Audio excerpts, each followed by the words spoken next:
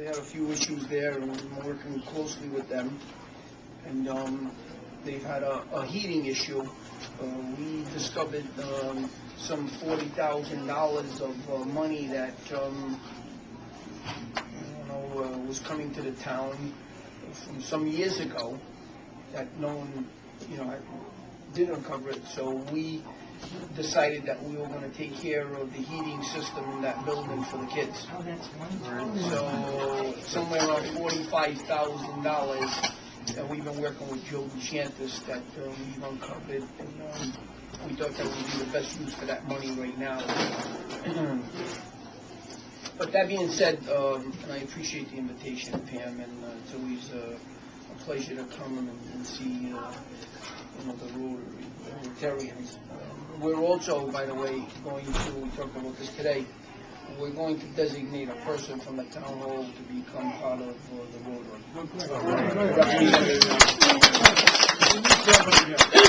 So that will be, as long as we can get a schedule of the meetings, I would appreciate that.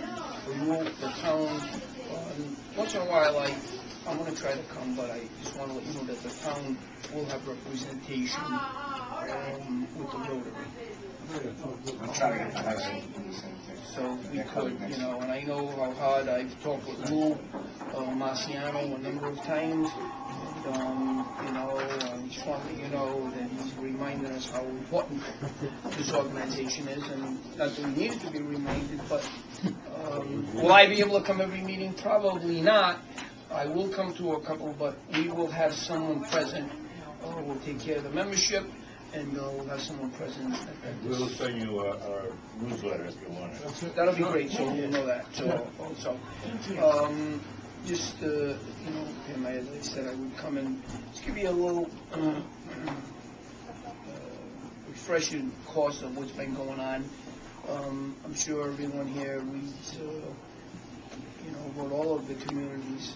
I will tell you this, that 3 years ago, we were probably in as bad of shape of some of the communities that you're reading about today.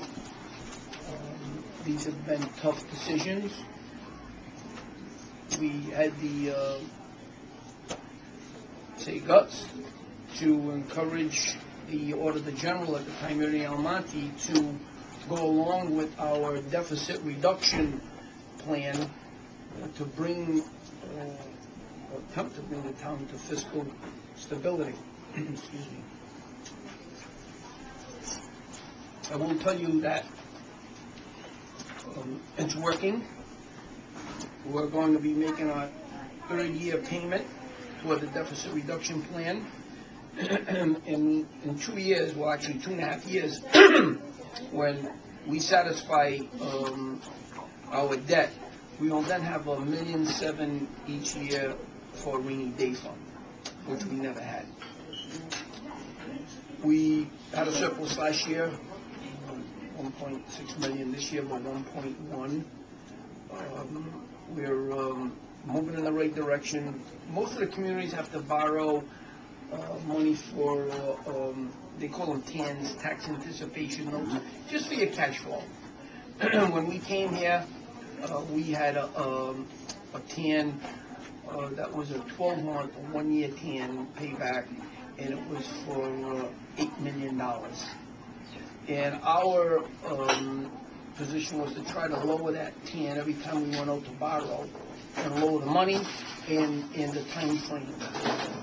And the second TAN, I'm sorry, it was 7 months.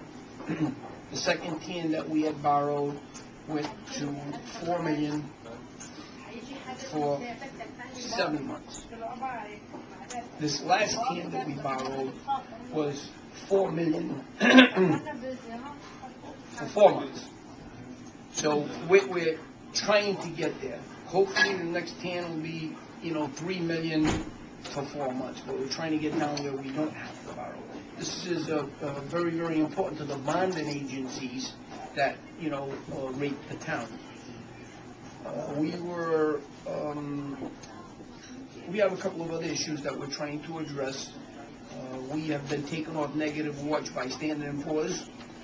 We're going to be talking with Moody's within the next month or two There were a couple issues, our police pension fund, that we had to increase payment, and also the percentage of that fund, they like it to be fully funded, or at least 75%. We got a little way to go, but we're not in as bad a shape as many of the communities. By the way, also our pensions, talking about that, our police pension is the only pension that's locally funded. All of our pensions are in the state system, so we're not in bad shape. So we're 16. We have about our police pension is roughly about 15 million unfunded, and our total unfunded liability is somewhere around 70. Some of our neighboring communities are 280, 275. So do we want to be where we are? Absolutely not. But when you compare, and it's always easy to compare yourself to someone else that's in worse condition, and that's not the point of this, but I want to just let you know where we are and what we're trying to accomplish. We taking care of our debt. We're going to be taking care of our debt with the school department probably in the next month. So everyone, we're going to fund what the consultant went in. We had some differences of opinion of the monies, and we sent some consultants in, and I think we've agreed that the debt and to bring the school department up to snuff, it's probably about $1.1 million. So it's just short of what we've attained as a surplus, but we're going to take care of it. There were some suggestions of maybe discontinuing all-day kindergarten with that proposal in middle school sports. So that would have brought us down to maybe only about a $750,000 deficit payment. I agree with most of their suggestions, but not to discontinue all-day kindergarten, because when you look at that, if you had 2 children, I'm looking at you, Pam, and you went out and got a second job, or even a first job, to go to work because we have all-day kindergarten. If we were to discontinue all-day kindergarten, now it's going to hurt you, and they're talking about maybe $350,000. So we agreed, by the way, that the $750, but we're going to add the other $350, and that's why I brought us up to that 1.1. So I'm not going to discontinue that. I just didn't think that was the right thing.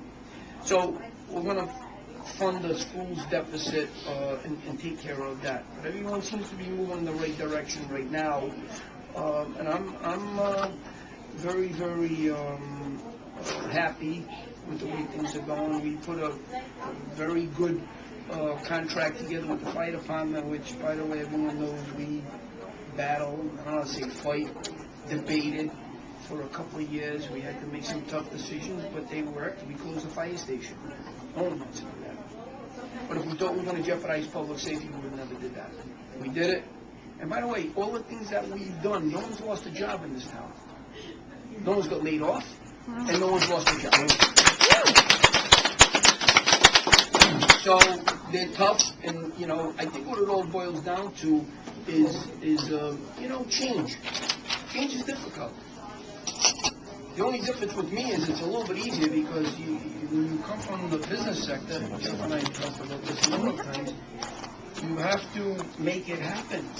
And my theory was, if we can preserve everyone's job and, try to get to where we need to be, this is what it was all about. Right now we're in negotiations with the police, and the only other person in the department is the DPW. We're trying to get those people in the line. It's not easy. I can tell you, it is not easy. But our position has been, hey, look, you've got a job. You're getting your health care. You're getting a check for every 2 weeks. What newspaper are you reading? And you want more? There is no more. The taxpayers are done. That's it. So I think we're getting there, and people are understanding and starting to understand.